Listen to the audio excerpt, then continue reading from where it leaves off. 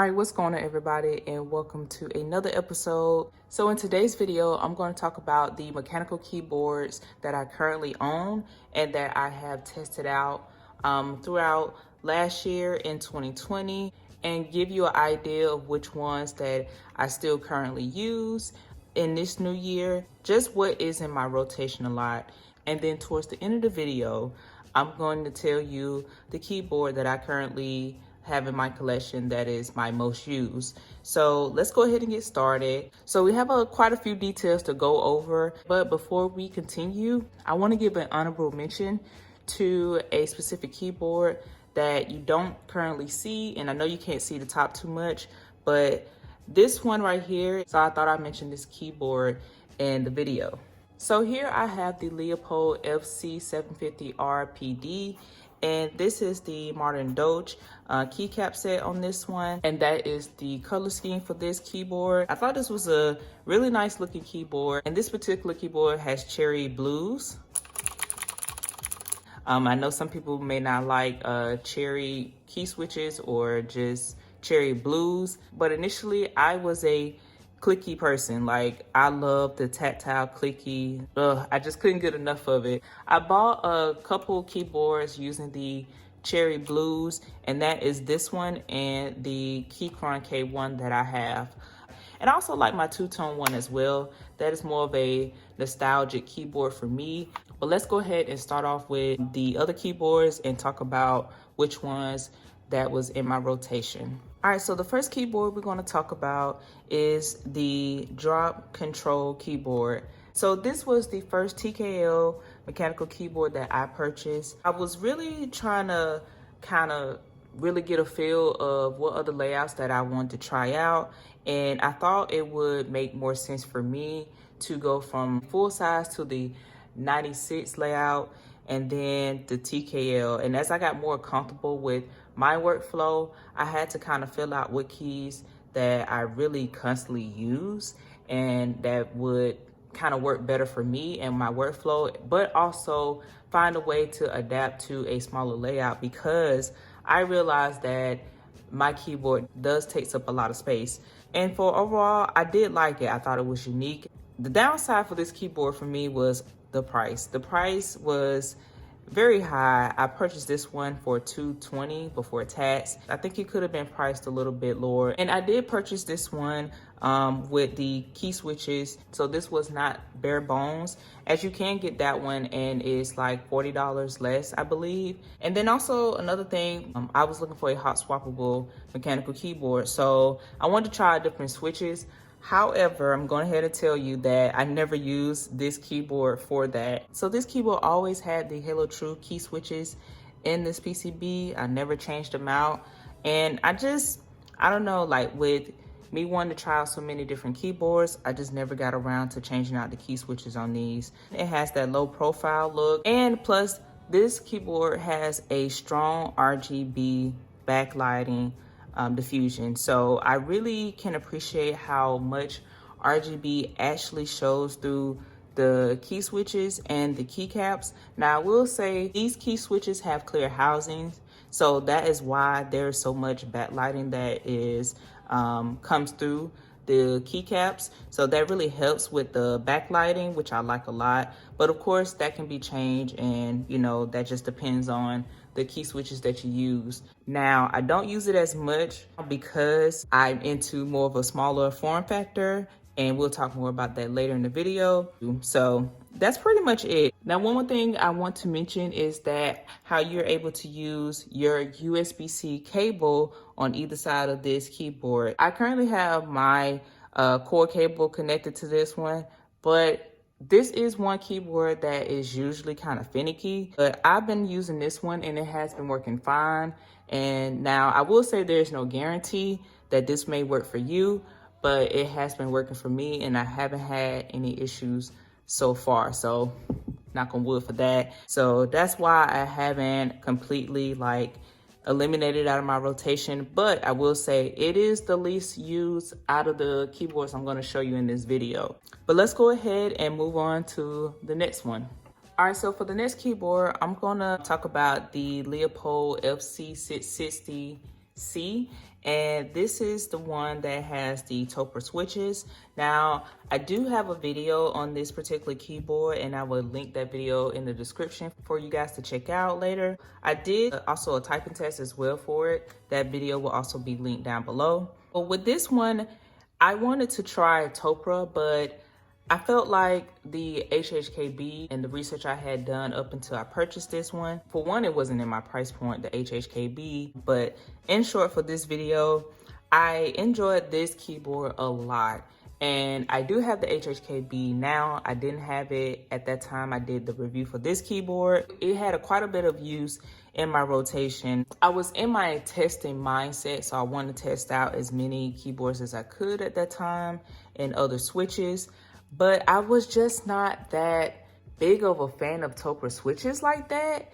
However, I still think this is a great keyboard and it's very underrated. And I really feel like Leopold has done an amazing job with using these switches in this particular keyboard. Now, I feel like I get a more of a premium feel typing experience. As I'm typing on this one, Topper switches are very pronounced to me, and I feel like if you're looking to type quite a bit, and I do type a lot, it just cannot be my daily driver for too long, because eventually I do feel a little bit fatigued. But I prefer Cherry MX switches over Topper, but I feel like this keyboard has a special place in my current collection. But yeah, let's go ahead and move on to the next keyboard. So this, we're going to talk about my first custom keyboard. Now, I'm pretty sure you guys, if you watch a few of my other videos, you have seen this keyboard quite a bit now, and that's because it is my first build. This one, it's just, I kind of went all out, so to speak, on this one, if you say, like, far as like going outside of my comfort zone.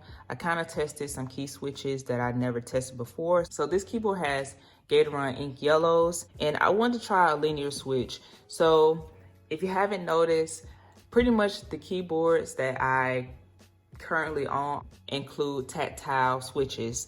So my first linear set, I wanted to be smooth, and if I didn't decide to lube them, which I didn't lube these switches, I still wanted to have a great experience with those key switches. Now, the reason why this is number 3 is because it's my only custom, so I don't want to wear it down too much. I'm trying to keep it in a nice condition for, you know, showing it in videos. And then plus I like my keyboards to stay nice and pristine looking. So that's just me. So when it comes to traveling with this particular keyboard, it's just pretty much a no-go. This keyboard is heavy. The case of this keyboard is pretty much the tofu is from KBD fans. So of course we have the weight at the bottom. I went with a brass plate. So hopefully you guys can see a little bit of the RGB going on, but the keycaps and the plate that I went with, I really wasn't worried about RGB too much. I wanted it to be there, and then also wanted my cable to match this one as well. I think I would say for the past probably like 3 weeks or so, I've been using this keyboard and it's been my daily driver. Overall, I think this is pretty good for my first one. I enjoyed a lot, as you can probably tell. Again, I have a video on this build. I will have this one linked down below as well, so you can check it out, as well as the typing test.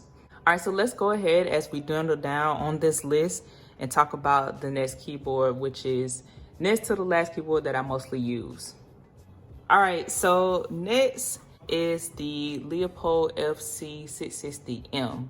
This keyboard just has a very unique look, along with an amazing typing experience, which was actually shocking to me. So I didn't expect to enjoy this keyboard as much as I do, but I really feel like this keyboard has a special place in my heart because I can just type on this all day, every day of the week. Like, I'm not joking. This keyboard has Gateron browns, but these Gateron browns feel light. The keyboard sounds modded. Like, if I'm really honest with you, I just can't get over how good this keyboard sounds.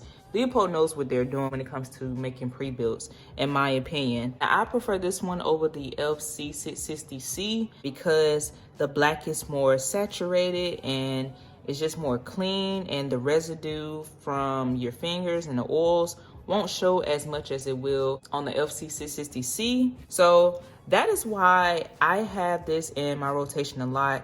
Now, I haven't used it as much, maybe over the past, I would definitely say several months. So in the next keyboard, I would definitely tell you why. If it wasn't for having to switch out cables, because this keyboard uses USB mini, and I don't understand why Leopold chose that connector for their keyboards, but that's on this one, as long as the FC660C, and they TKLs as well.